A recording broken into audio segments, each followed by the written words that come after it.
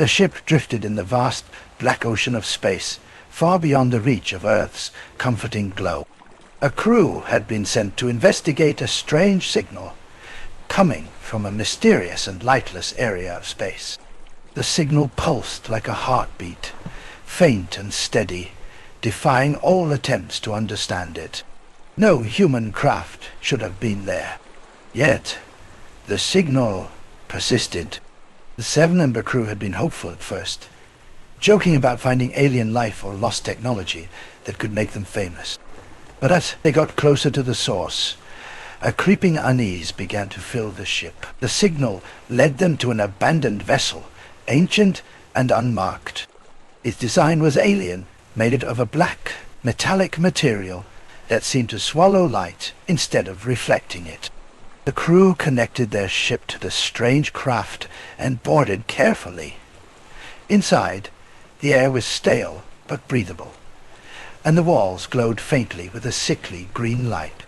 It felt like the ship was alive, or at least had been.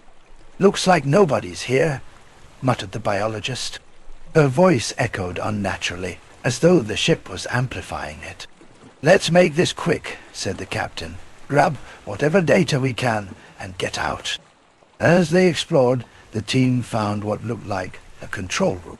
The consoles were covered in strange symbols that seemed to move and shift when stared at for too long.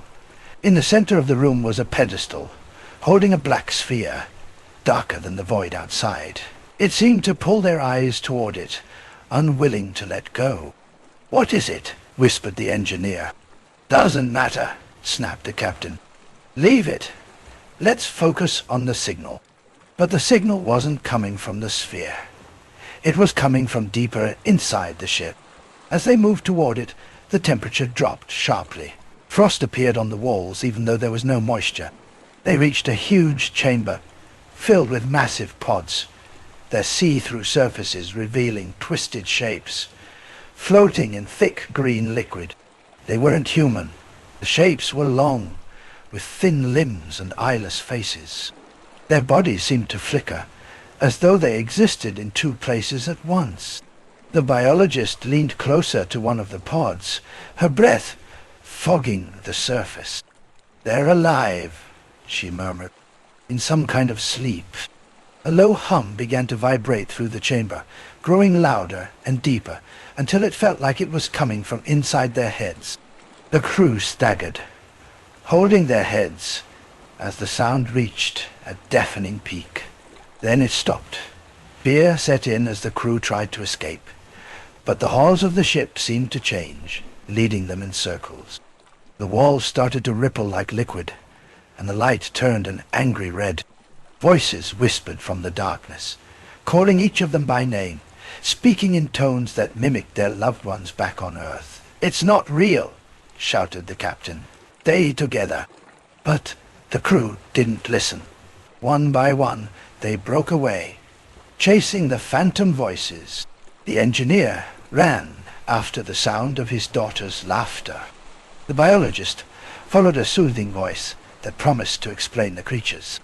Each time, the others heard a scream moments later, echoing through the halls before silence returned. By the time the captain and the two remaining crew members, the pilot and the technician, reached the airlock, their ship was no longer connected. The ship was floating away, its lights dimmed, its engines silent. "Who detached us?" asked the pilot, her voice shaking.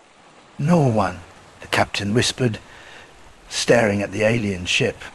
The sphere they had seen earlier was now floating in the airlock, pulsing faintly. "What do we do?" asked the technician. Before the captain could answer, the sphere began to crack open, revealing a swirling darkness inside that seemed endless.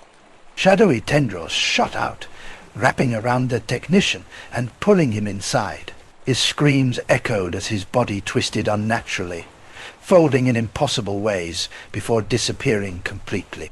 The captain and the pilot ran into the ship's core, desperately trying to find a way to break free from the alien craft. Whispers grew louder, more urgent. They didn't just mimic loved ones anymore. They accused the crew of failures and regrets. they had tried to forget. "You left us," the pilot's mother's voice hissed in her ear.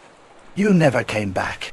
The captain heard the voice of her younger self pleading, "Why do you sacrifice me for ambition?" The pilot snapped, clawing at her helmet, as if trying to tear the voices out of her head. Before the captain could stop her, the pilot stumbled into a gaping void that hadn't been there a moment earlier. She fell without a sound. The whispers grew louder, the walls rippled, and shadowy shapes emerged, their eyeless faces fixed on her. Just as they attacked, the captain slammed her fist onto the console before darkness engulfed everything. When the captain opened her eyes, she was back on the ship. Its systems were offline, and the alien craft was gone. But she was alone. The rest of the crew had vanished, their names blinking on the manifest as missing. As the captain stared into the void through the cockpit window, a faint signal began to play on the ship's comms. It was her own voice, whispering, "You will belong to the void now."